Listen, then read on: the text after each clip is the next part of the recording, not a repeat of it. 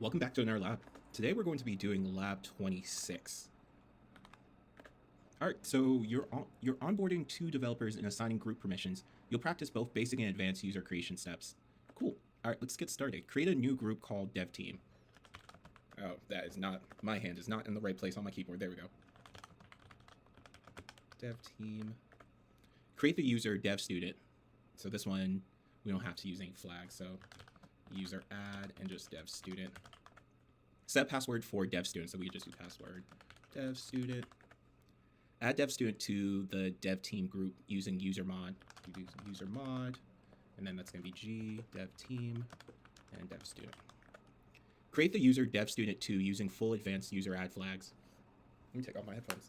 All right, sudo user add, and that's dev team. Then bash, and that's going to be dev employee.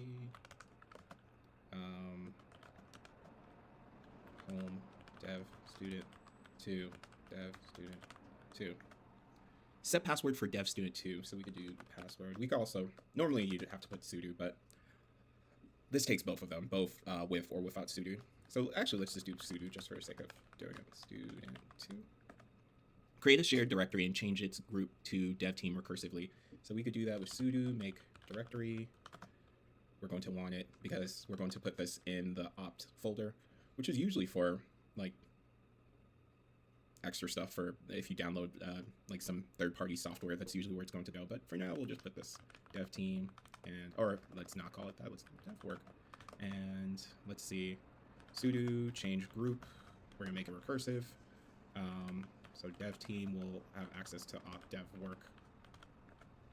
Check dev student in etc /etc/password.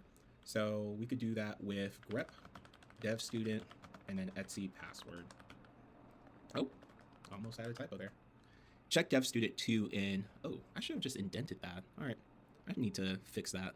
Also, note that I also noticed that my prompts aren't giving enough information for the person who's actually running through this, because there was no way that the person would have known to, let's see, where is it?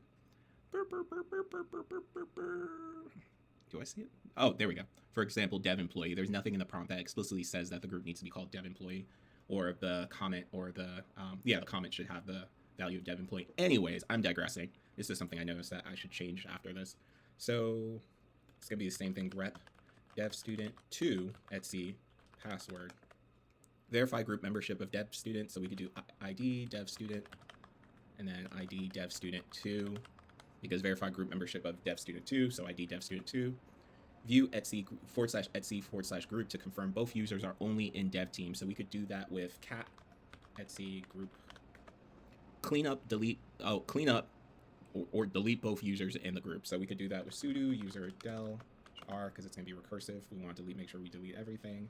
What was the name again? Dev student, and sudo user delete dev student 2, and sudo group delete, what was dev team?